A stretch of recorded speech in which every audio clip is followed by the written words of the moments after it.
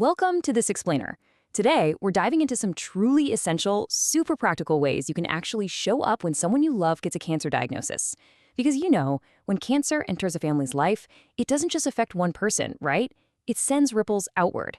So we're going to look at this entire experience through the lens of concentric circles of care. We'll start right at the center with the patient, pan out to the primary caregivers, and then finally look at the wider community village.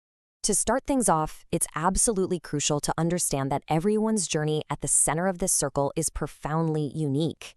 And honestly, the language we use really matters. Take the words breast cancer survivor. That can mean totally different things to different people. For some, a survivor is someone who's completely cancer-free after a period of treatment. But others, particularly those living with metastatic disease where cancer is going to be a part of their life forever, they often embrace this incredibly powerful term, thriver.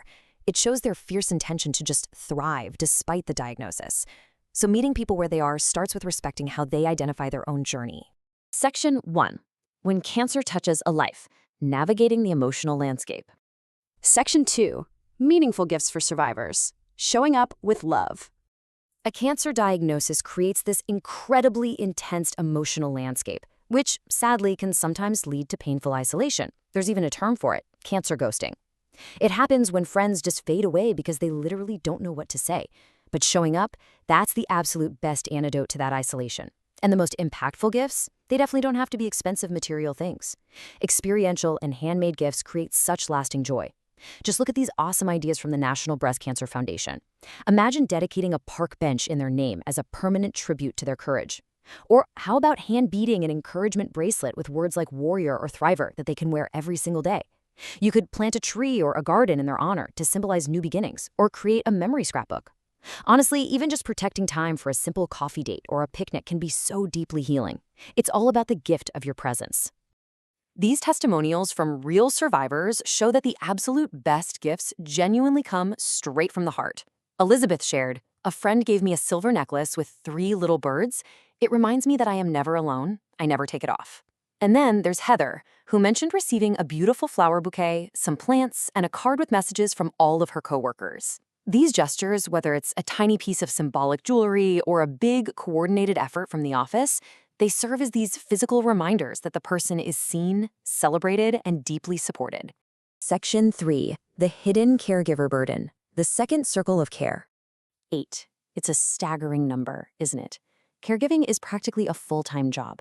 I mean, the average cancer caregiver spends an astonishing 8 hours every single day providing care. When someone gets diagnosed, these caregivers pour every ounce of their energy into supporting them. They're the hidden heroes of the whole journey. They're managing medications, driving to appointments, battling with insurance companies on the phone, and providing constant emotional comfort. Literally, that's 8 hours a day on top of their own careers, their families, and all their personal responsibilities. No way can you do that without feeling the weight. Former caregiver Sherry totally hits the nail on the head with this overwhelming reality. She says, "I learned that a caregiver wears many hats: listener, observer, protector, planner, the backup brain to the patient, the organizer, the strong one. I quickly realized that I could not do it all and that I needed help." Think about that phrase for a second. The backup brain. Wow. The mental load of anticipating a patient's every need while just trying to stay level-headed is immense. And realizing that you simply cannot do it all alone, that is a massive, incredibly important breakthrough. Section 4. Recognizing caregiver burnout, when the well runs dry. Now, if a caregiver keeps you pushing their own needs to the very bottom of the list, day after day, burnout becomes a very real, creeping crisis. According to recent surveys, an incredible 78% of caregivers report experiencing burnout. Let that sink in. For a lot of folks, this isn't just an occasional bad day, it's a weekly or even daily occurrence. So what does this actually look like? Well, it often shows up as constant fatigue, the kind that a good night's sleep just doesn't fix. It can look like irritability, getting sick more often because your immune system is shot, or withdrawing from friends and hobbies. If you're recognizing these signs in yourself, it absolutely doesn't mean you're failing as a caregiver. It means your mind and body are desperately flashing warning lights that they need attention. Self-care is a necessity, not a luxury. If you are a cancer caregiver watching this explainer right now, please hear this loud and clear. Taking care of your own well-being is not selfish. Research actually shows that caregivers who neglect their own health are way more likely to experience depression and a diminished ability to provide care.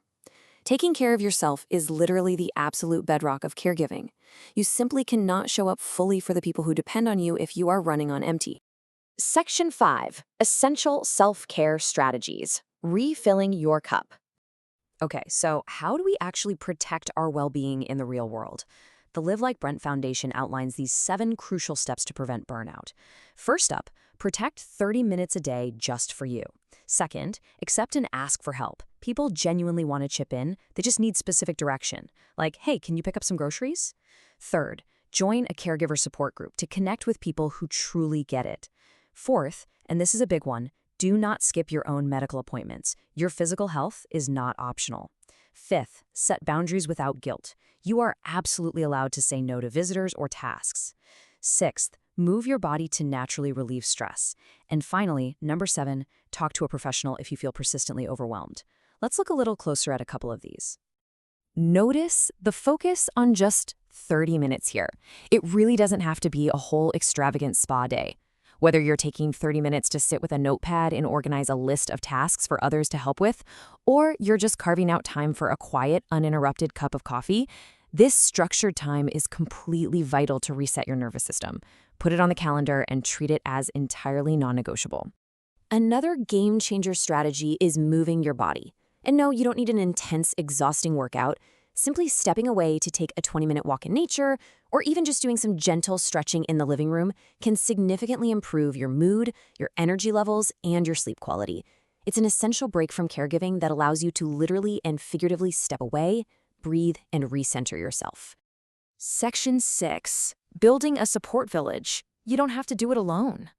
Relying on just the patient and the primary caregiver, that's a fast track to exhaustion. We need the wider community. Panning out to our outermost concentric circle, community health workers play an essential role here, connecting families to incredible specialized resources. On the emotional support side, you've got amazing organizations like the Cancer Support Community, offering professionally led programs and support groups. You also have the National Breast Cancer Foundation, sending out hope kits filled with comforting items to women in treatment, a beautiful, tangible reminder that they aren't alone. But let's be real, there's also a massive financial burden to cancer, which really intensifies caregiver burnout. On the financial side, organizations like the Live Like Brent Foundation offer comfort funds. These are financial lifelines that ease the heavy burden of non-medical expenses, things like rent, utilities, and groceries. When that financial weight is lifted, even just a little, caregivers finally have some space to breathe. We want to leave you with this provocative and essential final thought as we wrap up this explainer. Whether you are the one facing a diagnosis or you're the hidden hero caregiving behind the scenes, you've got to remember this golden rule. You cannot pour from an empty cup. So take a look at the strategies we've discussed today, look at the community resources available to you, and ask yourself right now, what is one thing you will do to refill your cup today?